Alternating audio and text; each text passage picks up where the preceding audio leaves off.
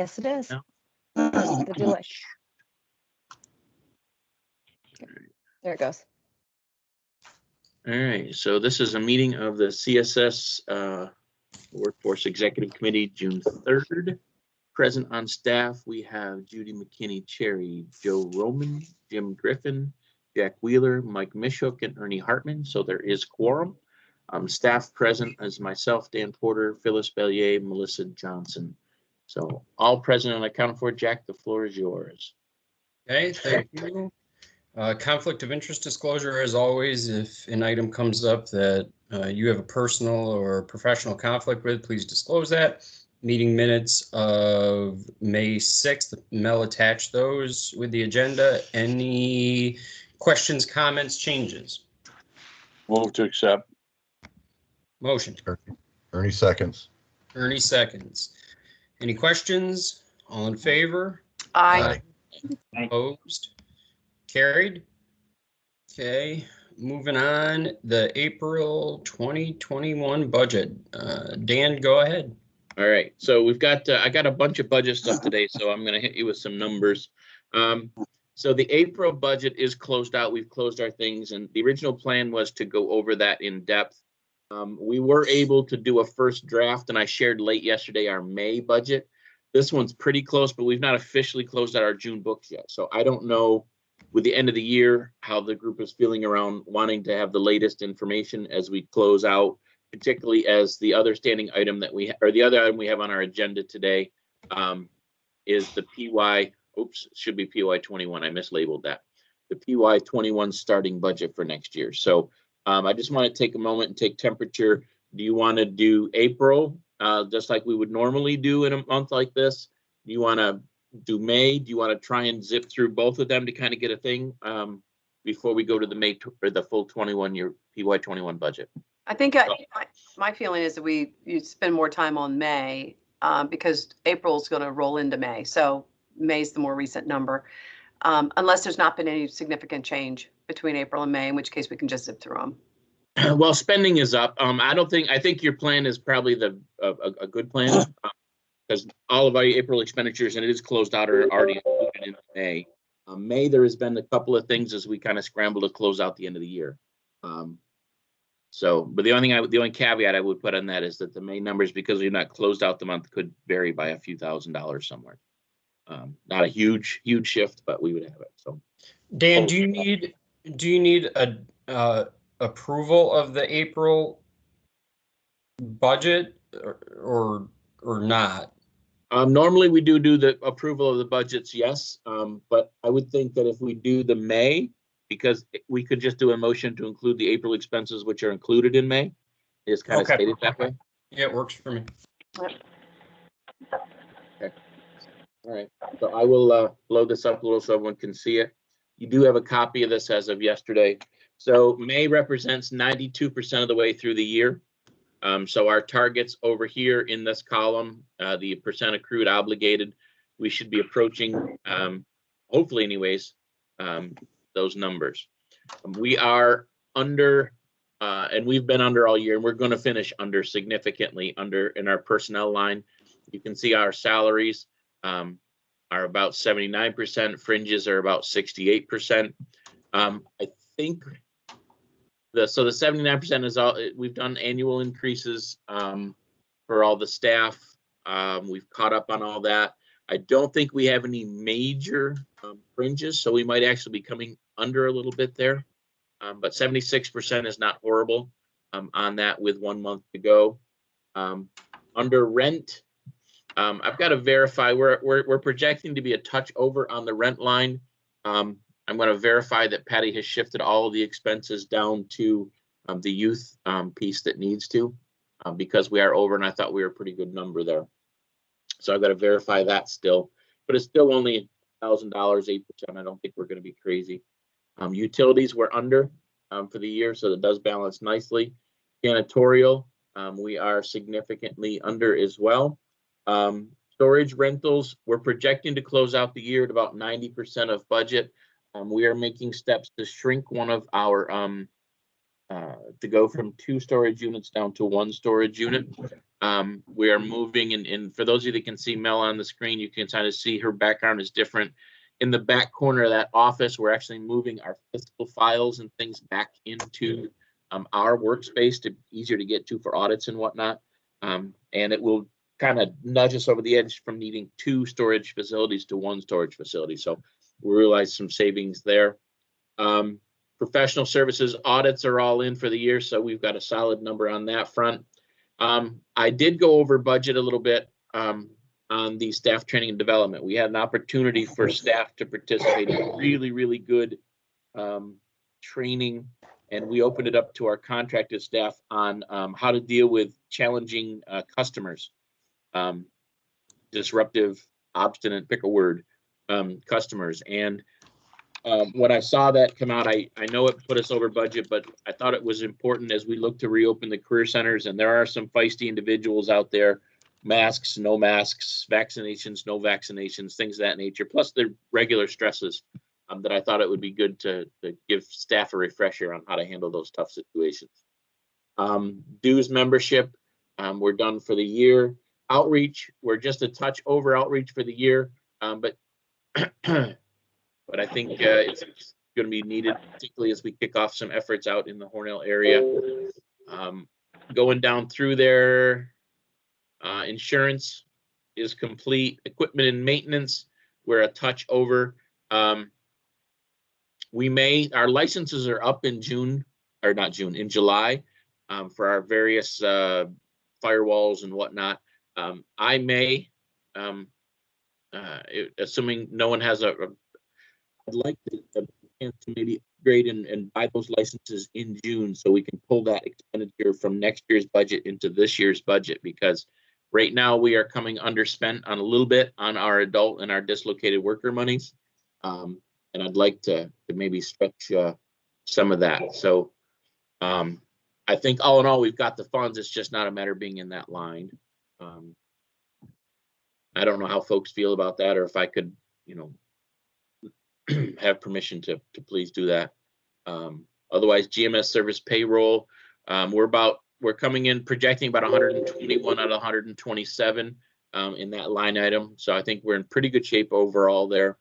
One-stop expenses, we're going to close out, I think, real close to where we estimated we were going to close out for the year. But remember, those numbers are way, way, way down because we moved a lot of those expenses down in an earlier budget amendment. Program expenditures, you can see how we're coming across the board there. This is the youth number. They've done about $190,000, a little over $191,000 worth of youth experience training, work experience training. That's the internships for the kids. We're coming in on our contracts. Training in OJT customized. We're a touch ahead of schedule, but we're still losing some drib drabs. So I think we're good there. Supportive services, we continue to have a bang up year on that front. And Ernie's group is currently on the ITA group, running at $152,000. We are projecting, or Phyllis is tentatively projecting at least another $25,000 on that line to close out the year as well. Although I have challenged her to hit 60 if she can. So that's where we're at. So if you look big picture of all of our money, we're looking to close out at about 85% expenditure, which is over the 80% that we're targeting as a general rule. However, it's when the magic is not the 80% across the board, it's 80% by individual funding stream. So we are well over expended on adult. We are way under expended on dislocated workers. To a certain extent, we can make that balance out because the dislocated worker money and adult money can be interchanged and transitioned pretty seamlessly at that level. So we still do need to spend some additional adult / dislocated, preferably dislocated worker monies on that front. Youth is way underspent, even with the increase both in the ITAs and work experience. However, they've changed the state has changed the rules to give us additional time, and it's us, meaning all local areas across the state, additional time. So instead of having 2 years to spend the money, we now have 3 years. So I'm not worried about recapture on that front. There is there is a chance that we would have potentially some recaptured funds from our dislocated worker pool. But I'm working with Patty and the staff, and that's kind of why I want to pull the expenditures forward on things like our computers, licenses, our firewall licenses and whatnot we need to do to try and make sure we don't run the risk of giving any money back. So the April expenses are included in the May. We could have some minor changes to our May numbers based on, some accruals and obligations and things of that nature. But I think this picture paints a pretty good picture of where we're at the end of May, heading into the last month. Questions? I know I ran through that real quickly and I apologize. Good.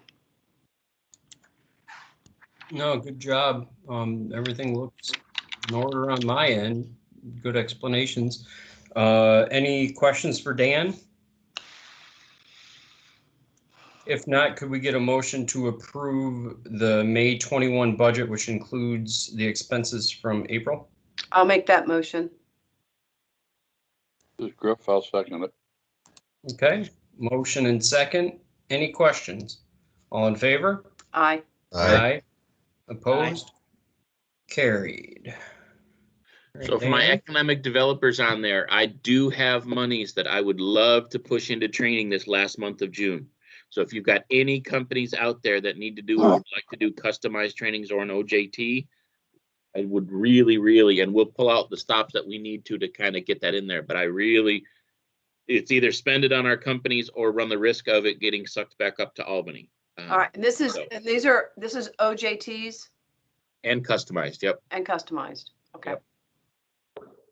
Hey, Dan, this is Joe. We were as Griff mentioned, we were at that Nucor announcement yesterday. That might be a company that that you might want to reach out to because they're going to be hiring. Okay, all right. I don't know the timing of their hires, but I'll have Kelly reach out to Nucor. I know she All right, will. yeah, just on to stuff. thanks. All right. So that all kind of leads the conversation directly into the starting point for next year's budget, our July 1. So I sent that out after tinkering and toying with it. So bottom line, our revenues for next year are basically flat. So our adult monies dropped a pretty good chunk, but our dislocated worker monies jump a pretty good chunk. So they kind of balance each other out. Youth gets a modest uptick as well. So net result, let's go to the bottom here. So last year, this really is the difference in our available resources. So last year we had 2.53 million. This coming year, I'm projecting at about 2.093. So about 40 grand more, which is good. Of that 40 grand, about 32 of it are some NEG dollars in there. So realistically, it's about $8,000 more of formula funds, which are effectively even. Our target for the 80% is going to be 1.813 million. So you'll see that's my projections.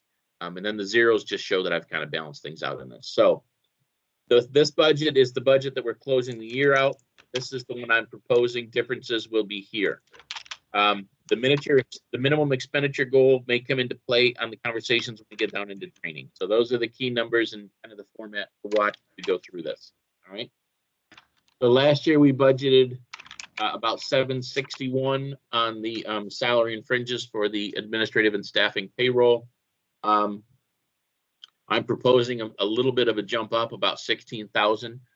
A good chunk of that is annual increases, but I have also included in here the addition of a person on a project basis to help us with our marketing and our social media stuff, to professionalize some of our outreach, provide some video fulfillment services, things like that. So we're not talking a lot of money. We're talking maybe 5 to 10 hours a week on an average week, with some weeks in there having 0 hours.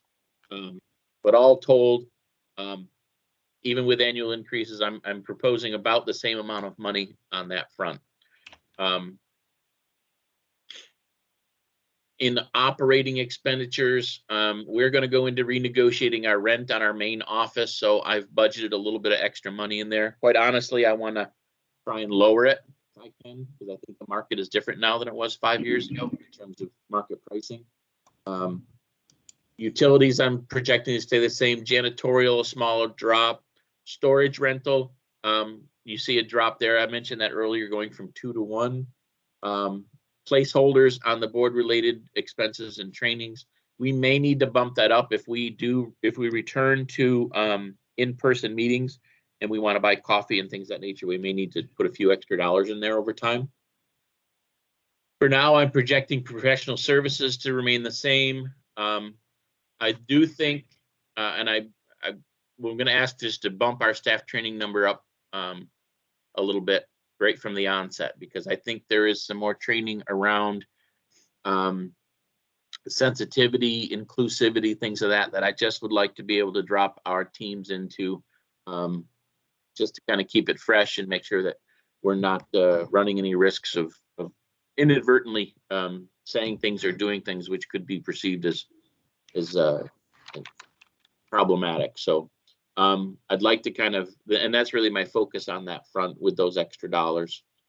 Staff travel, I'm still projecting us not to do a lot of traveling, but as we look to reopen some centers and stuff, there may be a little bit more mileage involved.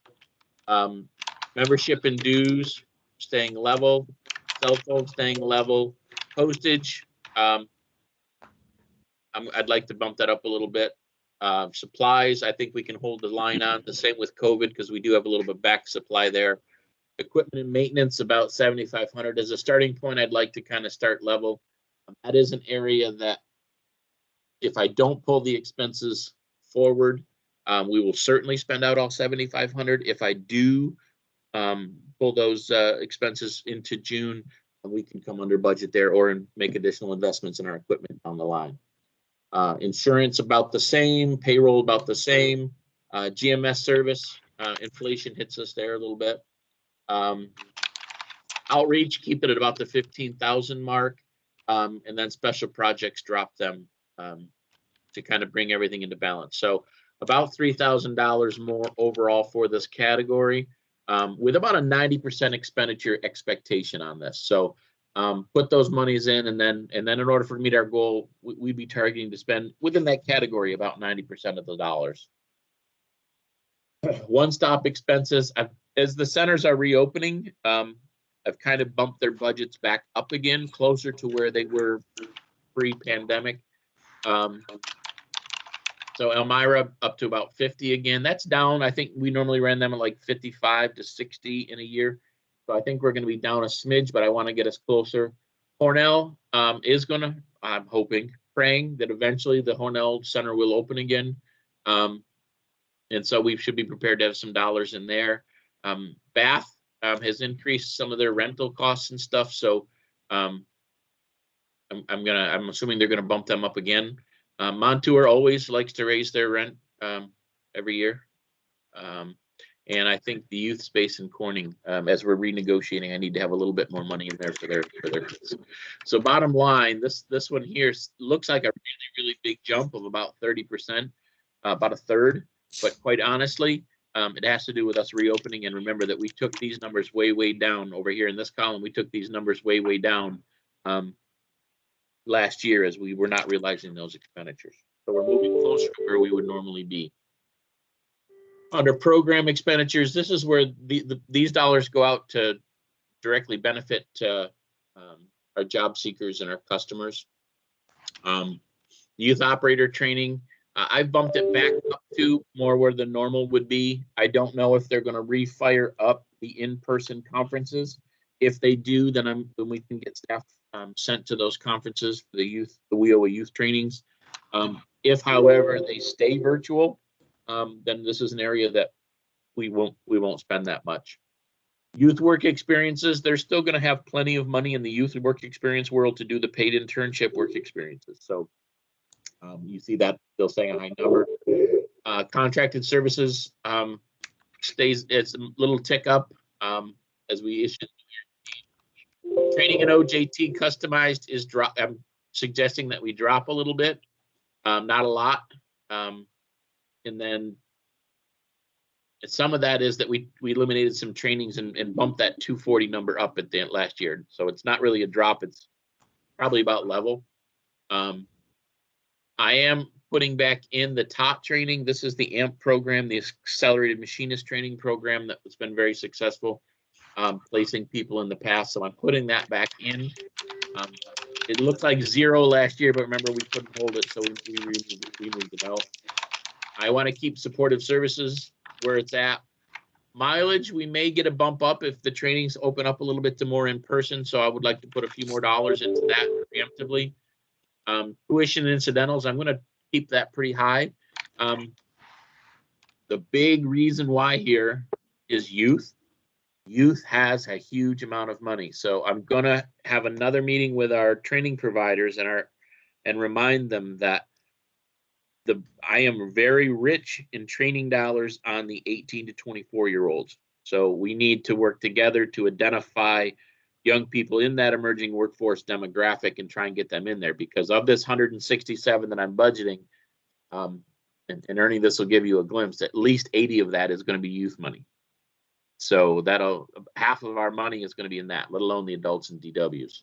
And then tape tests, I think, are going to begin firing up again over in Chemung County. So I'd like to put the 500 in there as well. So all told, the total expenditures, $40,000 more, which is effectively level, with a 1.8 expenditure goal. And you can kind of see how these various programs on this far right column here, you can see how those, so we're budgeting about $1 million in this category. We're looking to spend probably about 87% of those dollars. So not spending out dollar for dollar, but you can see that. Whew.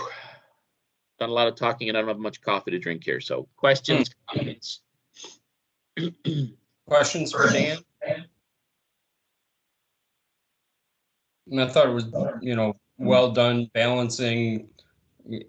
Obviously, as you mentioned, all of our budgets are kind of in the seesaw effect of, reductions that we've experienced due to COVID, and now we're taking it back to more reality, projecting things to actually at least start to resume a little bit of normalcy in terms of travel, trainings, in-persons, those sort of things. So I think you did a good job reflecting, what things probably will look like.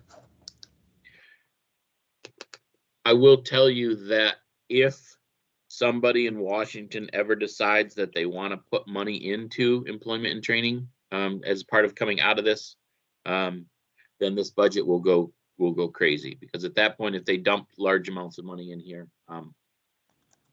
it will change all our ball game. But otherwise, assuming, because I don't even hear people talking about it in Washington with any real heartfelt billions of dollars kind of going out the doors, but none of it seems to flow into our system. That's really the wild card out there, quite honestly, is we can manage the reopening and the growth, I think, a little bit and plot that. But if somebody decides to dump $1 trillion here, $1 trillion there, a couple $100 billion there into our system, it will change this entire budget. But it is a starting point. Yeah. Well, that's all you can do. I mean, if we're lucky enough to get an infusion, that's a good problem to have to readjust. Hey, Dan, this is Joe. I have a quick question on the programs and spending. With COVID, will there be any type of grace if we don't spend all our monies for the various workforce training programs, or no? So the grace that we got, I mentioned earlier in talking about the May. So they've extended on the youth front because local areas across the state of New York are having a hard time spending their youth money, which is why the state gave us that grace and basically gave us 3 years instead of 2 to spend those dollars off. There has been no comments, no discussion at all yet about the adult and dislocated worker grace periods or extensions or anything like that. So, and that was all part of the same conversation. The workforce board directors across the state were asking to have all of the funding streams lowered to a level to kind of allow us to come out of this without losing monies or having to shuffle monies around or Albany sucking it back up or something along those lines. And the state only moved on the youth. So that's the best answer I can give you, is there's been grace given specific to youth. No one's talking about, no one seems to be interested in flexing on adult and dislocated. So I don't know. Okay, thank you.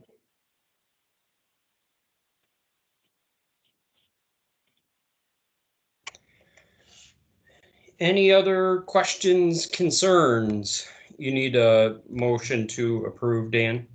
Well, basically what this group would have to do is we'll present this to the full board later this month for approval as our starting budget. So you can, basically do a motion or an agreement, doesn't really matter, to move this as a starting point. It probably actually, we should do a motion now that I say that. All right. We should do a motion. I'll move it that we present this to the board for adoption.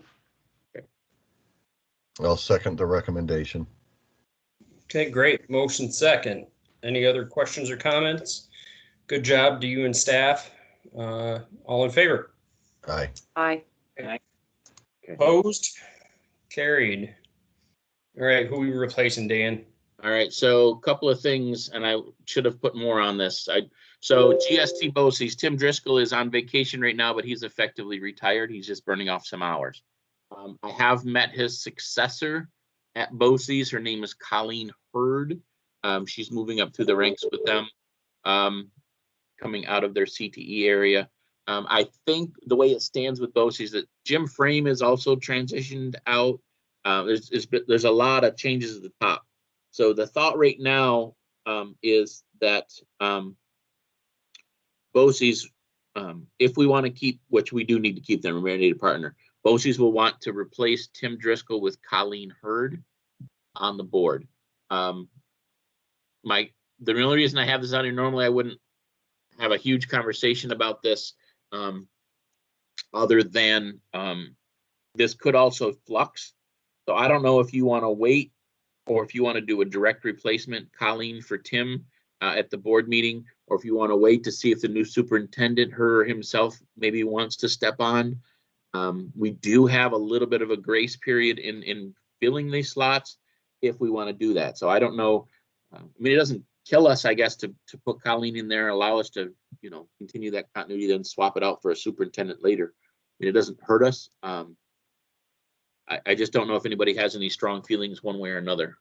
What's Tim's recommendation? Tim's best recommendation at this point is to put Colleen on, but he doesn't know who the new super is going to be, so he certainly couldn't speak for whomever that person is.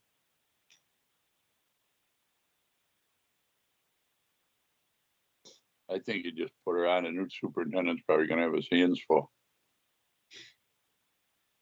Yeah, I would agree that it wouldn't hurt, and if the superintendent, when they come aboard, he or she decides that they want to be on, then great, we can make the swap like Dan said. So, do we need a motion from exec on this? No, we don't on this. I'm sorry. I got a little red asterisk next to it for.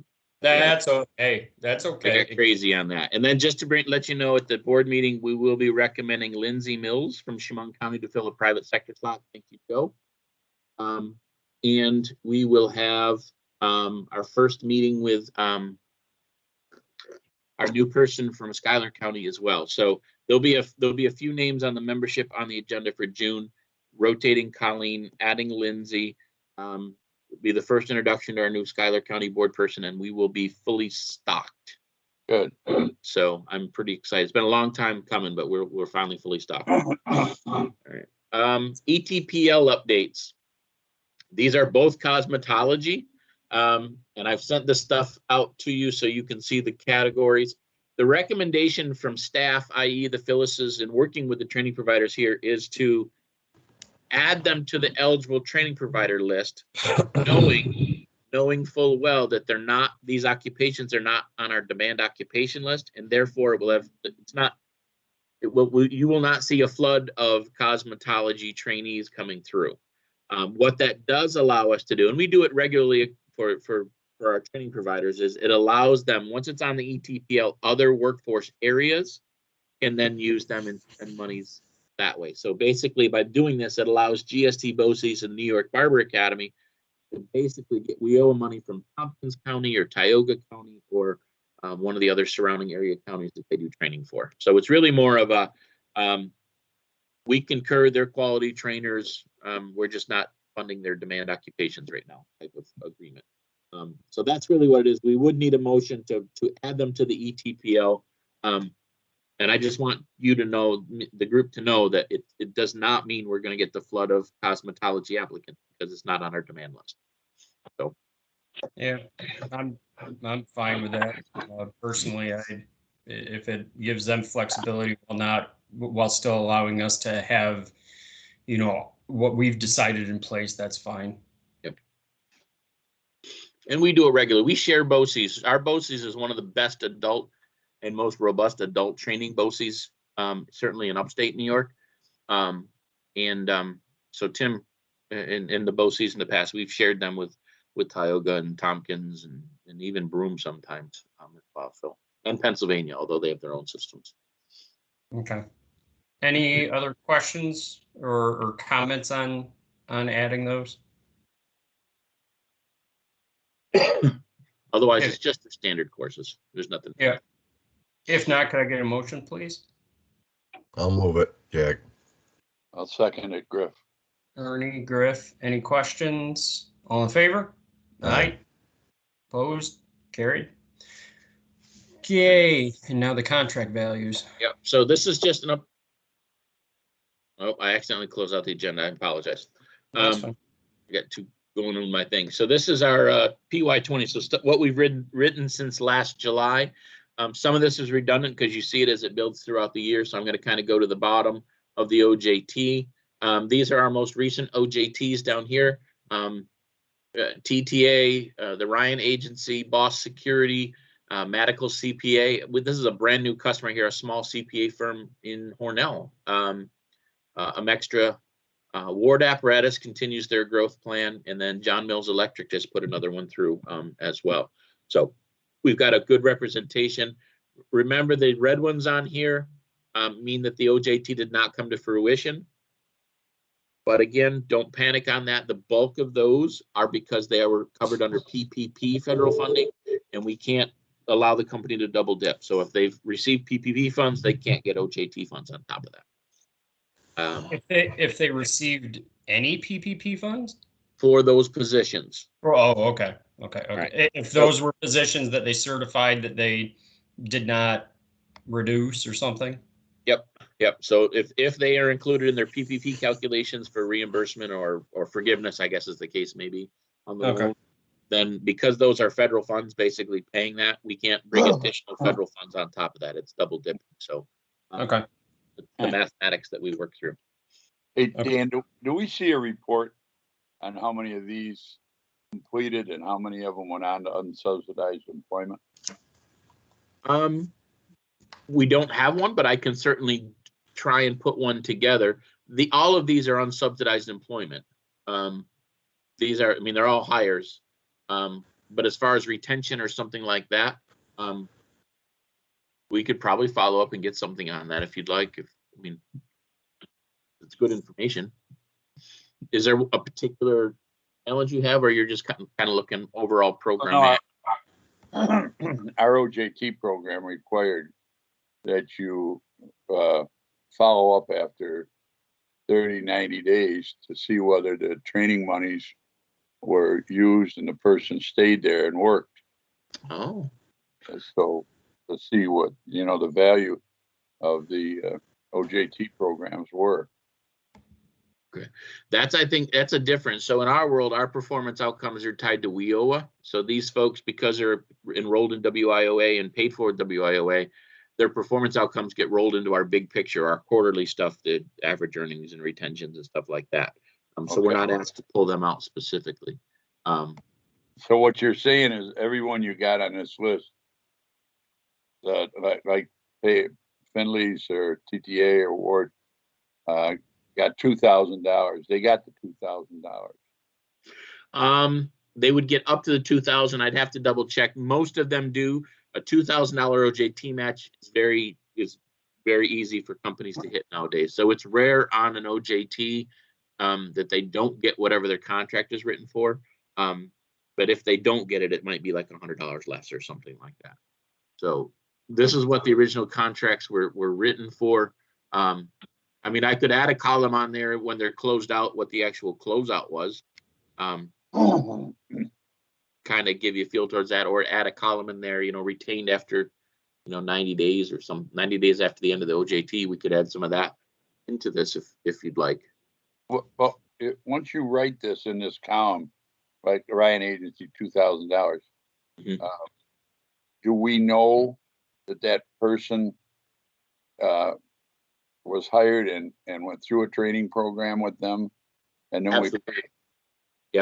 Yep. So we do site visits. We do at least one site visit, but on site at the OJTs. Plus, we have regular follow up, and our counselors follow up with them. We cannot close the contract out with actually reviewing payroll stubs. So if someone were to, they'd have to put on quite a show to get the $2,000 without it. But yes, there are visits on that. We also are required under WIOA to follow up for it up to a year if the person wants additional follow-up services from the agency. So just picking on Boss Security and Automation, they wrote one for 2,000 here. So when we part of writing that requires that the individual that's the trainee, they actually have to go meet with the Career Center staff. It could be a video meeting as well, but they have to meet with the staff and prove their identifications and all that fun stuff. And then the staff in the Career Centers have to review the training plan against their prior work history. It's part of the interview and eligibility determination process. And then so the staff in the centers, if they suspected there were issues, it would be their duty and obligation to say, I don't think this person really should be getting an OJT. And then we'd have to make that decision of whether we wanted to do it or not. But that's how we do it. And once they're on site, we have a minimum of at least one on-site visit.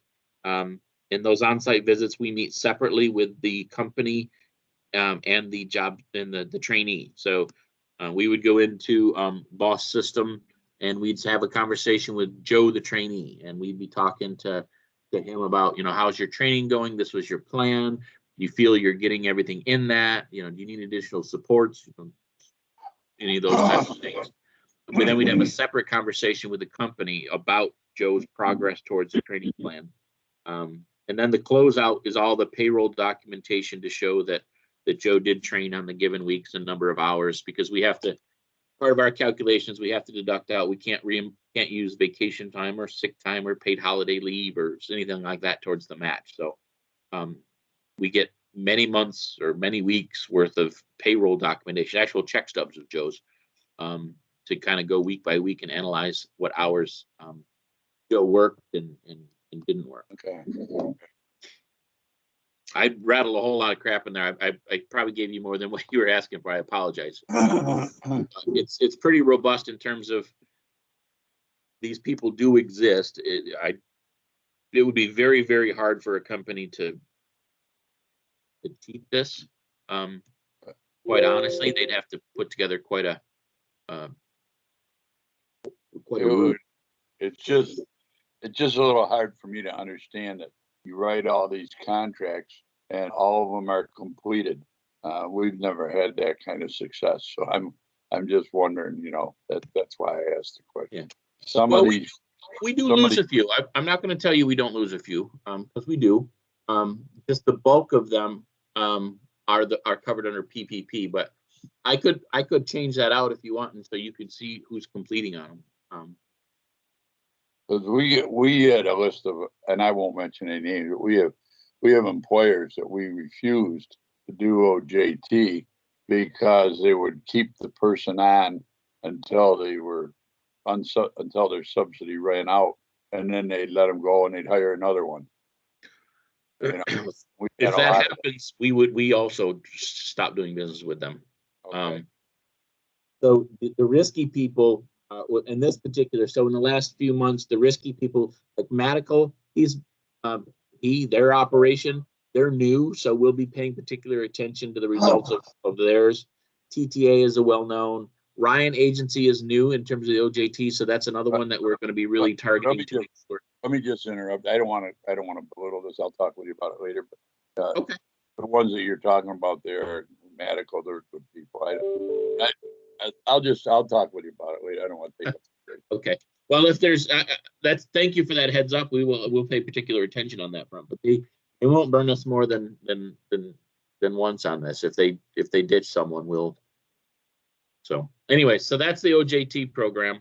About 120,000 this year, which is a nice number.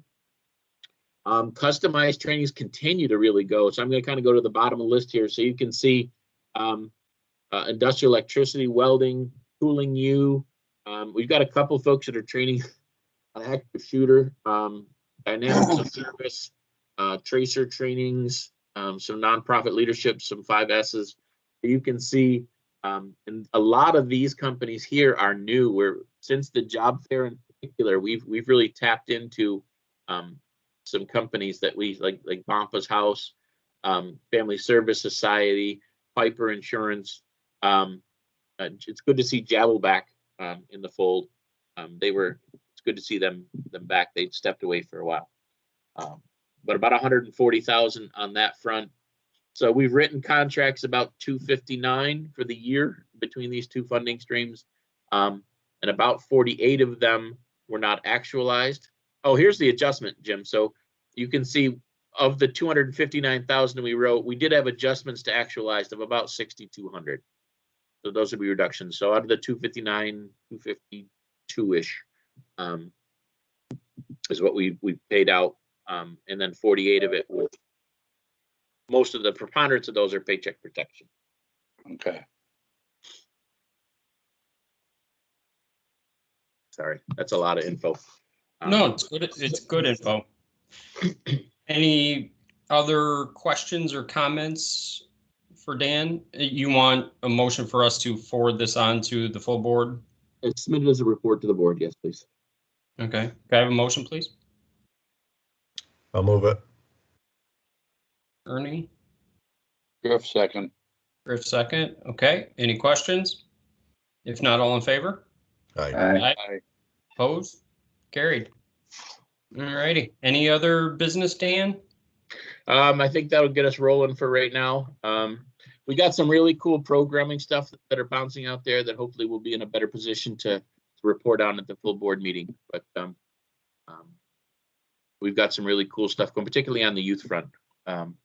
So, and I'm not trying to be elusive or anything. I'm just I'm just kind of giving you a heads up. We got some really cool things staff have been working on that are coming to fruition. So, Well, good news. Good job to you and staff.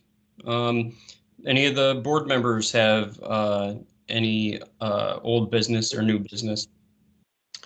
Yeah, Dan, I just was wondering, once we get the new full board all put together, would it be possible to get an updated board list out to everybody? yes, sir. Yeah, that's good. Absolutely. Yep. Great idea. Okay.